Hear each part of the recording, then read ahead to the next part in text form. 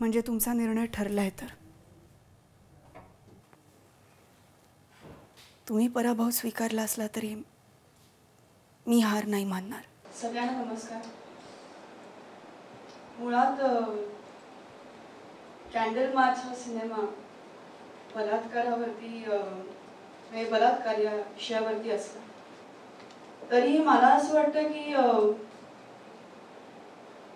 किती गोष्टी आपण डिस्कस करणार, किती वेळेला आपण डिस्कस करणार, किती आज इकडे आपले सगळे पत्रकार मित्र आलेले आहेत, मैत्रिणी आलेले आहेत, ते सगळे लिहिणार, पेपरात ते सगळे वाचले जाणार आणि परवा विचारल्यानंतर सगळ्यांना प्रश्न पडणार काय होतं ते कॅन्डल मार्च कुठला, कशावर तो सिनेमा. मुळात आपली मला असं वाटतं विचारसरणी थोडी बदलली पाहिजे या बाबतीत.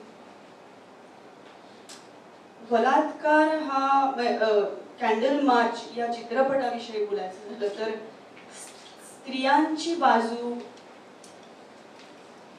ही प्रत्येक पुरुषाने मांडलेली या सिनेमामध्ये. म्हणजे right from the director, the writer, the music director, then lyricist, सगळे पुरुष आहेत.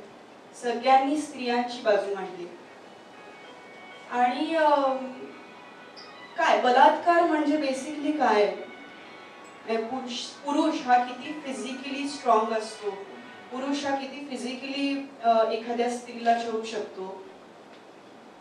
फिजिकली स्ट्रॉंग असणं आणि त्याला मेंटली मोडून पाडणं स्त्रियांकडनं हा कॅन्डल मार्च आहे. म्हणजे पुरुषांनी केलेला फिजिकल अत्याचार याच्या अगेन्स्ट स्त्रियांनी केलेला मेंटल प्रोटेस्ट आपण असं म्हणूया या सिनेमामध्ये दाखवला जाणार आहे. आणि अत्यंत उत्तमरित्या ही फिल्म घडून आलेली आहे, जशी अपेक्षित होती, जसं पहिल्यांदा रीडिंग केल्यानंतर जशी अपेक्षित होती तशी फिल्म जनरली पडद्यावरती उतरत नाही.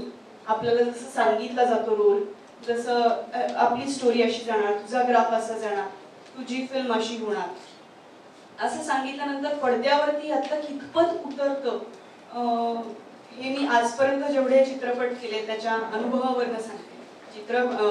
तर पडद्यावरती तेवढं उतरत नाही. पण कॅन्डल मार्च या सिनेमामध्ये एक आर्टिस्ट म्हणून, एक समाजाचा घटक म्हणून आणि एक जबाबदार नागरिक म्हणून मला काम करताना, समजून घेताना विषय आणि त्याच्या पलीकडे खूप त्रास झाला, खूप जे प्रश्न होते. म्हणजे कॅन्डल मार्च या सिनेमामध्ये जनरली आपल्याला जे रोजचे प्रश्न असतात या घटनांच्या विषयी, तर ते प्रश्न आणि त्याची उत्तर दोन्ही या सिनेमांमध्ये आहे. प्रश्न सुद्धा आहेत की प्रेक्षकांना असं का होतं, असं काय झालं, असे प्रश्न आणि त्याची उत्तरं सुद्धा कॅन्डल मार्च मधून लोकांना मिळणार आहे. वारंवार एक ऍक्ट्रेस म्हणून म्हणजे सुदैवाने म्हणा दुर्दैवाने म्हणा मी सोशल सब्जेक्ट्स मध्ये कायमच फिल्म इंडस्ट्रीमध्ये पुढे आहे. तर त्यामुळे मला येतातच सोशल सब्जेक्ट्स, हा पण एक आहे अजून एक सोशल सब्जेक्ट. तर त्यामुळे मी स्वतःला सुदैवाने माझ्याकडे हा सिनेमा आला.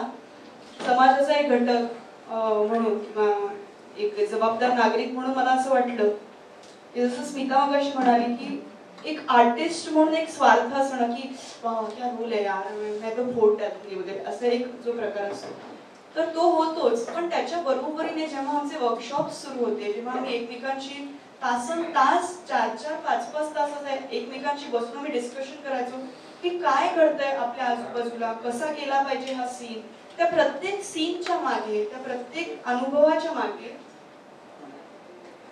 कुठेतरी दडलेली एक घटना होती. म्हणजे फिल्ममध्ये ज्या 4 स्टोरीज जाणार आहेत पॅरलली, त्या 4ही स्टोरीज खऱ्या असल्यामुळे, इन्स्पायर्ड असल्यामुळे त्याच्या मागची दाहकता किंवा त्याच्या मागची संवेदनशीलता ही आम्हाला खूप जाणवली. आणि आम्ही अक्षरशः म्हणजे एका पर्टिक्युलर सीनला तर मी मनवा आम्ही एका स्टुडिओचा सीन करत होतो. तर त्या स्टुडिओमध्ये ती विक्टिम असते जिला आणलं जातं असं एक सीन आहे.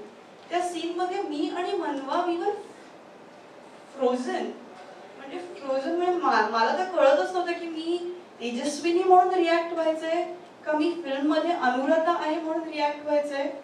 आम्हाला प्रत्येक वेळेला असा प्रश्न पडायचा की नाही कॅरेक्टर सुटतंय कारण प्रत्येक वेळेला तेजस्विनीच बाहेर यायची की तेजस्विनीला काय म्हणायचंय या बाबतीत.